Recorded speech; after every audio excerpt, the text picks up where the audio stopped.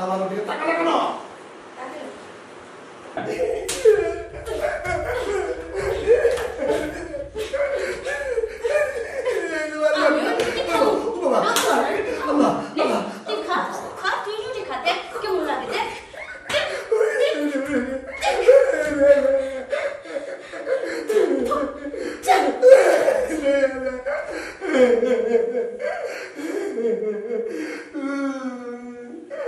বিয়ের কত জ্বালা আগে জানলে আমি আব্বারে কইতাম, আব্বা তুমি বিয়ে করো না।